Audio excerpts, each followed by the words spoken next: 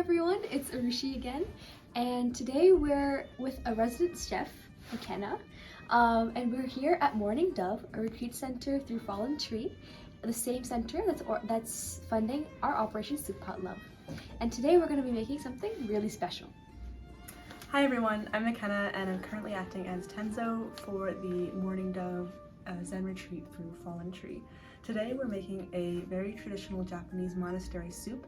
It's very wholesome and uses winter vegetables.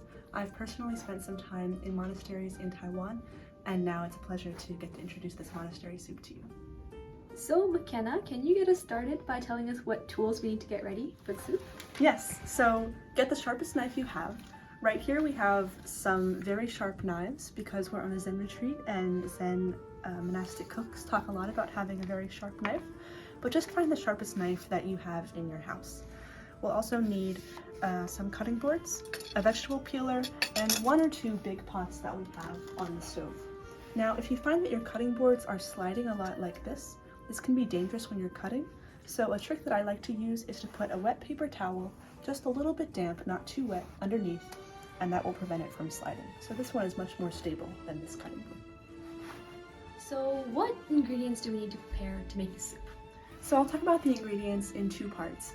First, the ingredients that we have to make our stock, which is our soup base. Here we have some kombu, which is a type of Japanese seaweed. Our package looks like this.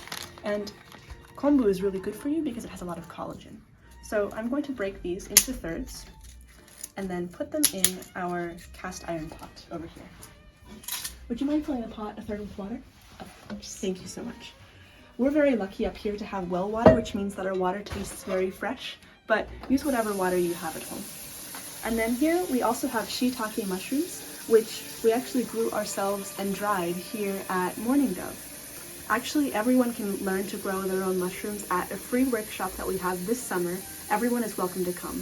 And from that workshop, you will learn how to grow your own mushrooms like this and other varieties. These took us about a year to grow. So I'll place these in our pot as well. Ideally, it's better if you do this the night before and allow these things to soak, but we didn't get a chance to do that. So we're preparing this right before we make our soup. So what else is in our bags? We have some sauces to give to you. First, one thing that we'll be using that we assume you already have is oil. We're using canola oil because it's a very flavorless oil, but use whatever kinds of oil you have at home. The 3 things that you'll receive are tamari or soy sauce. Tamari is basically the same thing as soy sauce, but the difference is that tamari is gluten-free. So if you're sensitive to gluten, you'll be receiving tamari, and if not, maybe you'll get some soy sauce. The flavor is the same though. The next thing you'll receive is sesame oil, which we use very sparingly because the flavor is very strong. And last we have mirin, which traditionally is made from sake. It's a very sweet Japanese cooking wine. After you open these 3 bottles, be sure to keep them in the fridge so they keep better. So first you want to peel all the vegetables that you have. And we're saving all of our rinds for our soup stock that we're going to make another time for another soup. So now we have all our vegetables peeled, and now we're going to cut them into inch-long squares.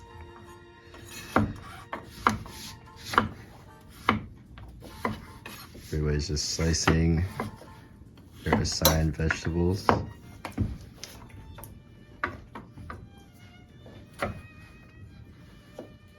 So now that we have all our vegetables peeled, I want to take a moment to just point out that we saved almost all of our scraps.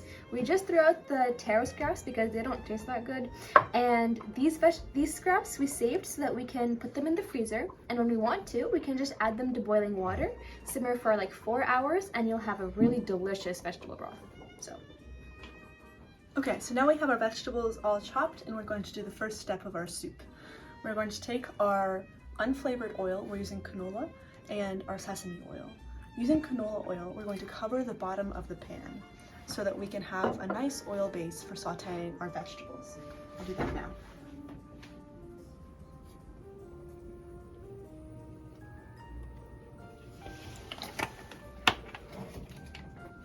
Just a thin layer should be good. And then we're going to add a couple teaspoons of sesame oil. Just 2 or 3 teaspoons should be good. And the reason that we're not using only sesame oil is because sesame oil's flavor is very, very strong. So if we only used this much sesame oil covering the whole pan, the flavor would overpower the rest of our food. The heat is on medium-high and the oil is just starting to bubble a little bit, so it's hot enough to coat our vegetables.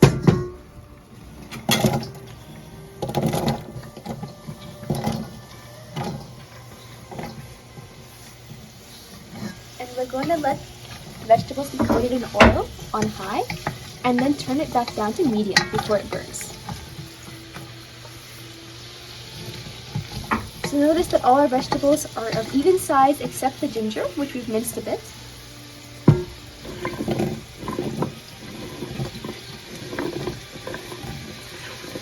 All those beautiful colors mixing together.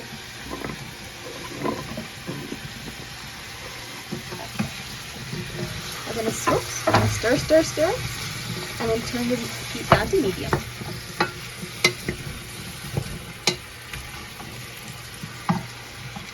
Yes, our lotus beets.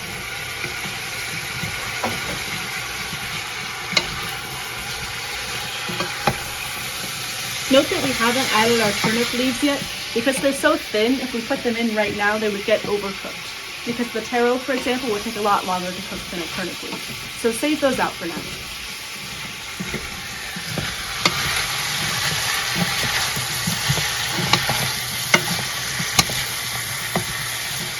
Okay.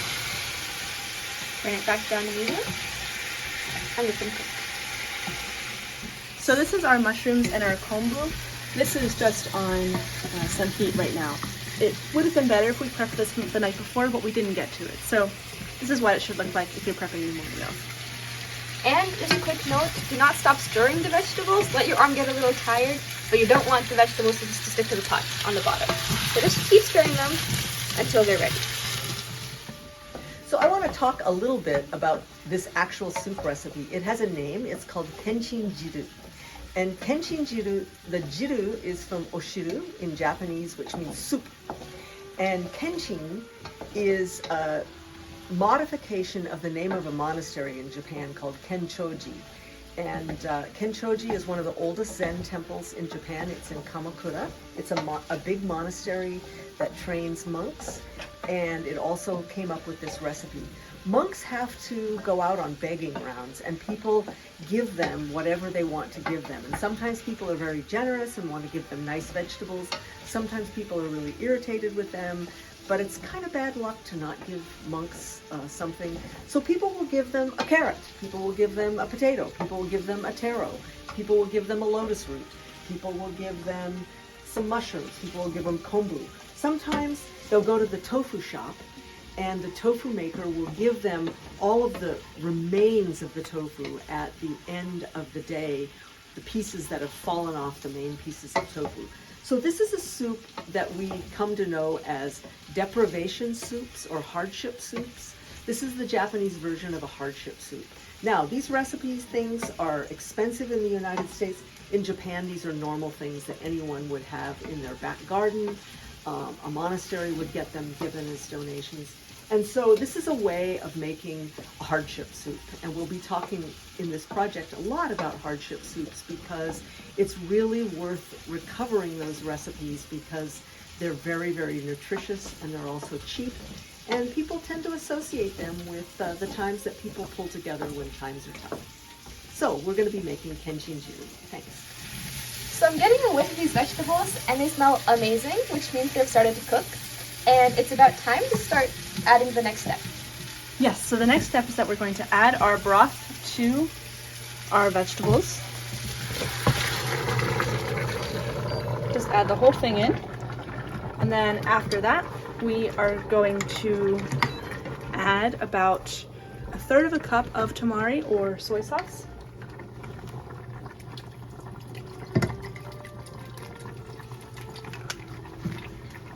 And then about 4 tablespoons or 1/4 cup of our mirin. Now, McKenna's like a professional chef, but if you're like me, you might want to measure these out. And you can always adjust the taste later. So we realized that we didn't add enough water to our vegetables because they're not totally covered yet. So because we're feeding 9 people at this retreat, we're going to add maybe 2 or 3 cups of water more to make sure that our vegetables are all covered.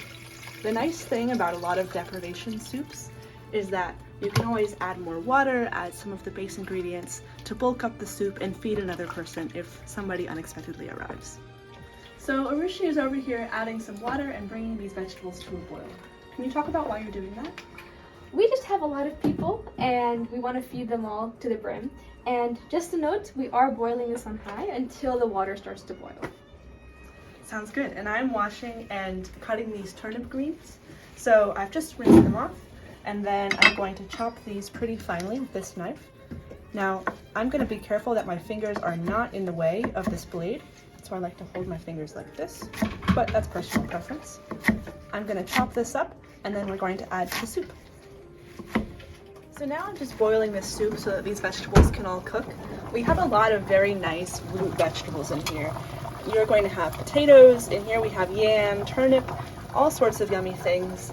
This is like an Asian version of a stone soup, so whatever people bring, you can put in here. Any root vegetable pretty much will work. But the thing about root vegetables is that they take a while to cook, so that's what we're doing here. All of these are root vegetables except for the shiitake and the kombu, which is our seaweed. And this soup is lovely because it's nice and colorful. It brings some brightness to winter months, which are often very cold and bland for a lot of people. And one reason that I really love this soup is that you can adjust the flavor to taste. So we didn't think the soup was salty enough before, so we added some salt and some soy sauce, and now it's delicious. Just a note, they're both very dark. Don't add the sesame oil, add the soy sauce. Okay.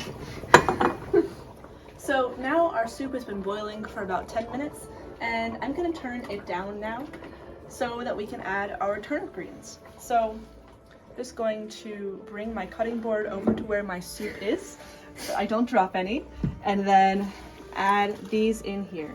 This will have to boil for about another 10 minutes, and then our soup is finished. And so our final ingredient of this soup is this tofu right here. What I'm going to do is I am going to crumble the tofu on top of my soup. And we're going to learn a lot about tofu this summer, but one of the main things to know about tofu is a lot of people think they don't like tofu. They think it tastes bad. But the thing is that a lot of people, especially in the US, don't know how to cook with tofu and don't know how to find good quality tofu. So they think they don't like it because they're eating bad tofu or preparing it in ways that are not very good to eat. Think about bread, for example. You wouldn't want to eat bread that was 2 months old and was expired. So eating tofu that's 2 months old or not fresh is not going to be a very good way to eat it. The best way to eat tofu is the day it's made, so that it's the freshest and has the best flavor. And we'll tell you some information about how to get fresh tofu in Ithaca, so you can find your own fresh tofu. You can just literally crumble it between your hands.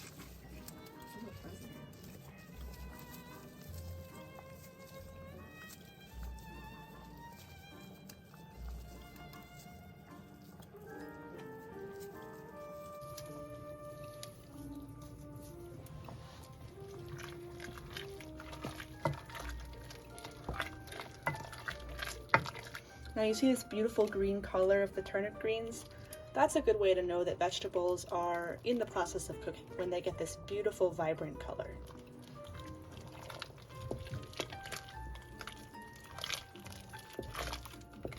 So I want to talk for just a minute about something you're going to have in a little tiny jar or bag. One of the things that is used a lot in Japanese is hot spice. They don't spice their food heavily. They add it at the end just as a tiny little bit. And it's usually called 7 spice. You can see right here this character says, these last 2 characters say 7 spice. And we're going to mix up some 7 spice for everybody this week. This particular one today has Japanese citron added to it, yuzu. And at the end of the soup, when we serve it, we don't put that in the soup for everyone. We put it in a little container like this. It's this cute little Japanese container. And we're going to just dribble it onto each of the soups. I make this myself. It's actually expensive to buy in the stores. It's really cheap to make because it has just basic spices in it. And we're going to be putting this on the table so people can add it themselves at the end. And here we have the finished soup. It was absolutely delicious. We served it in bowls with the 7 spice seasoning on top, and we fed 9 people to the brim as promised. We hope you had just as much fun making and eating this Kenchinjiru as we did. Thank you so much for joining us here up at Morning Dove, and we'll see you again in 2 weeks for another soup from around the world.